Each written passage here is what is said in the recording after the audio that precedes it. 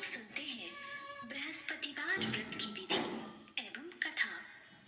इस दिन बृहस्पतिश्वर महादेव जी की पूजा होती है। दिन में एक समय ही भोजन करें, पीले वस्त्र धारण करें, पीले पुष्पों को धारण करें।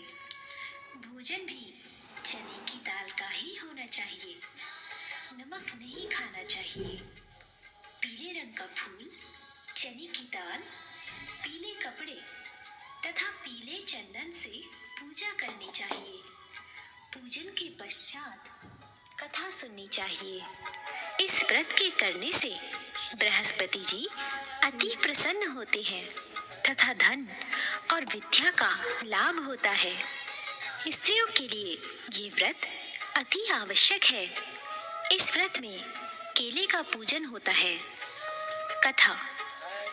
किसी गांव में एक साहूकार रहता था, जिसके घर में अन्न, वस्त्र और धन किसी की कोई कमी नहीं थी। परंतु उसकी स्त्री बहुत ही कृपण थी। किसी भिक्षार्थी को कुछ नहीं देती, सारे दिन घर के कामकाज में लगी रहती। एक समय एक साधु महात्मा बृहस्पतिवार के दिन उसके द्वार पर आए और भिक्षा की याचना की।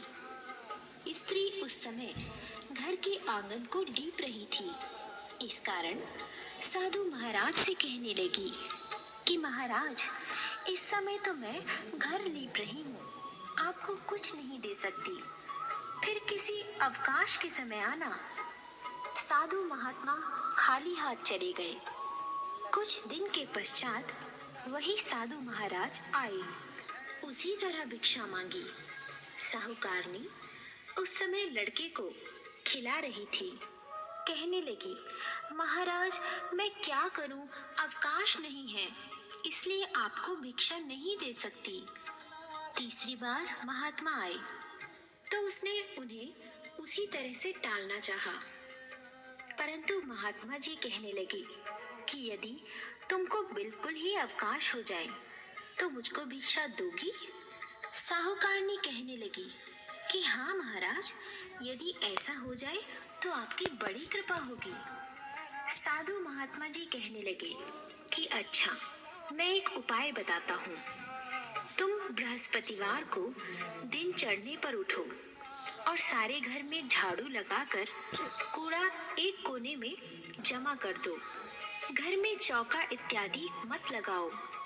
फिर स्नान आदि करके घर वालों से कहो उस दिन सब हजामत अवश्य बनवाए। रसोई बनाकर चूल्हे के पीछे रखा करो, सामने नहीं।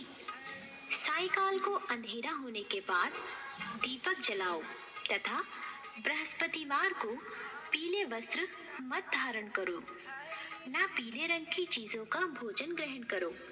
यदि ऐसा करोगी तो तुमको घर का कोई काम नहीं करना पड़ेगा। साहूकारनी ने ऐसा ही किया। बृहस्पतिवार को दिन चढ़े उठी, झाड़ू लगाकर कूड़े को घर में ही जमा कर दिया। पुरुषों ने हजामत बनवाई, भोजन बनवाकर चूल्हे के पीछे रखा। मैं सब बृहस्पतिवारों को ऐसा ही करती रही। अब कुछ काल बाद उसके घर में खाने को दाना न रहा। थोड़े दिनों में महात्मा फिर आए और भिक्षा मांगी, परंतु सेठानी ने कहा, महाराज, मेरे घर में खाने को अन्न नहीं है, आपको क्या दे सकती हूँ? तब महात्मा ने कहा कि जब तुम्हारे घर में सब कुछ था तब भी तुम कुछ नहीं देती थी। अब पूरा पूरा अवकाश है, तब भी कुछ नहीं दे रही हो। तुम क्या चाहती हो वह कहो। तब सेठानी ने हाथ जोड़कर प्रार्थना की, महाराज, अब कोई ऐसा उपाय बताओ कि मेरे पहले जैसा धन धान्य हो जाए। अब मैं प्रतिज्ञा करती हूँ कि आप जैसा कहेंगे वैसा ही करूँगी। तब महात्मा जी ने कहा, बृहस्पतिवार को प्रातःकाल उठकर स्नान आदि से निवृत्त होकर घर को गौ के गोबर से लीपो तथा घर के पुरुष हजामत न बनवाए। भूखों को अन्न जल देती रहो। ठीक सायंकाल दीपक जलाओ। यदि ऐसा करोगी तो तुम्हारी सब मनोकामनाएं भगवान बृहस्पति जी की कृपा से पूर्ण होंगी।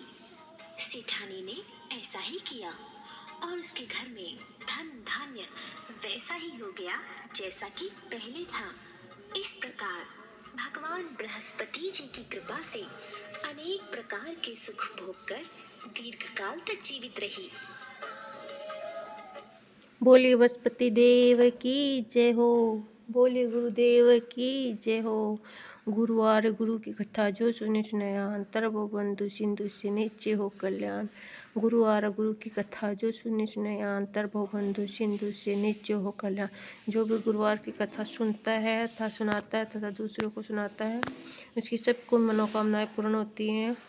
हे बोलिए बृहस्पति देव की जय।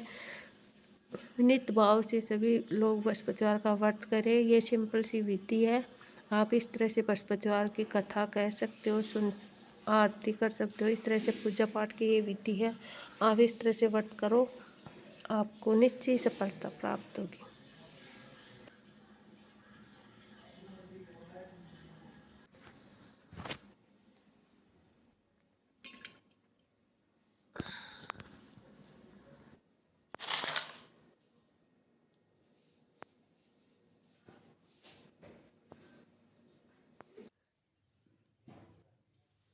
हमारे घर में यहाँ पर केले का पेड़ है, इसलिए हम केले की पूजा करते हैं। सोना किसी भी देवी मोती का सहारा चांद इस तरह से आप डाल सकते हो। फिर कलवा चढ़ा